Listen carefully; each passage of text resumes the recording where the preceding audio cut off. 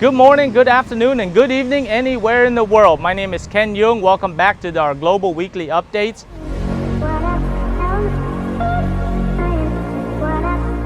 So we want to talk about today, back to the story of last week, was the tortoise and the hare.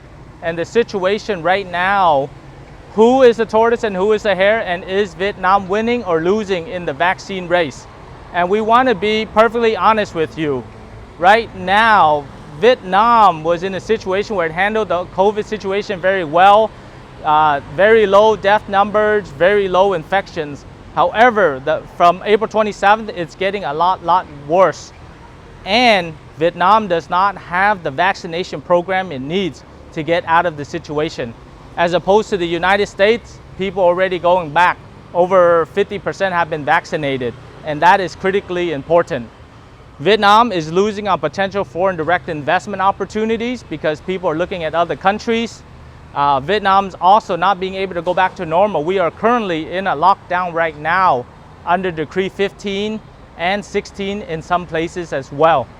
And the third thing is the people are getting very restless in determining what can we do in order to bring our friends here, bring our families back, bring foreign investors in order to work in this growing economy. So we know that the end of the story for the tortoise and the hare is that the tortoise wins. But Vietnam, it's not over yet. The race is still going on. There are a few things that we would recommend that Vietnam can do in order to get out of this situation. One is work under the COVAX program, get the vaccinations, and get the people vaccinated aside from the few that you have. Two is make a purchase order. You can go borrow money, you can go get lending, but go get a purchase order of new vaccines and roll it out. And third, do not go with what you are trying to do right now, which is the testing of all 13 million people in Ho Chi Minh City. That is ridiculous. That is unreasonable to do. Just focus on getting the vaccinations and then getting people vaccinated instead of trying to test to see if they have COVID or not. Here is the reason why I believe that Saigon's mass testing plan will not be effective to achieve its result. As I believe it, the desired result of the mass testing is in order to see who is COVID positive and who is not, so you can monitor the right people. Here are the few issues that I have with the mass testing. One, the plan is to test 100,000 people per day, which means 10 days for 1 million people. And to reach 13 million, it will take 13 days times 10, which is 130 days. That is over 4.5 months. That is an unreasonable timeline for the people because a pandemic might be over by then.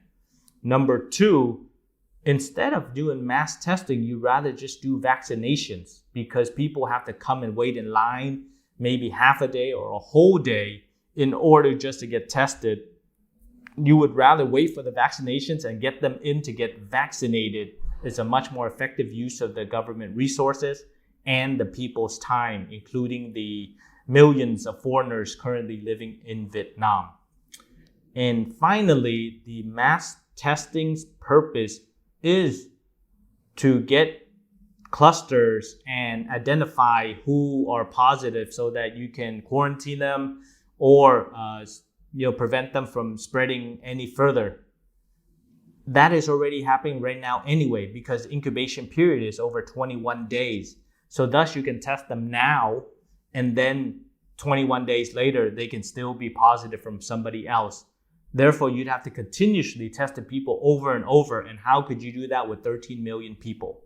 Those are the three main reasons why I feel that the mass testing is ineffective use of time, resources, and energy of the government. It would be better put to vaccination programs. So those are some of the recommendations that we have right now in order for Vietnam to still be able to win this race in light of what has happened in the current fourth wave in Vietnam and how other countries are opening up. So with that said, my name is Ken Duong. Thank you very much for watching this video. And as always, please like our Facebook page, subscribe to our YouTube channel, and finally click on the bell for notifications. Thank you very much for watching this video. We'll see you next week.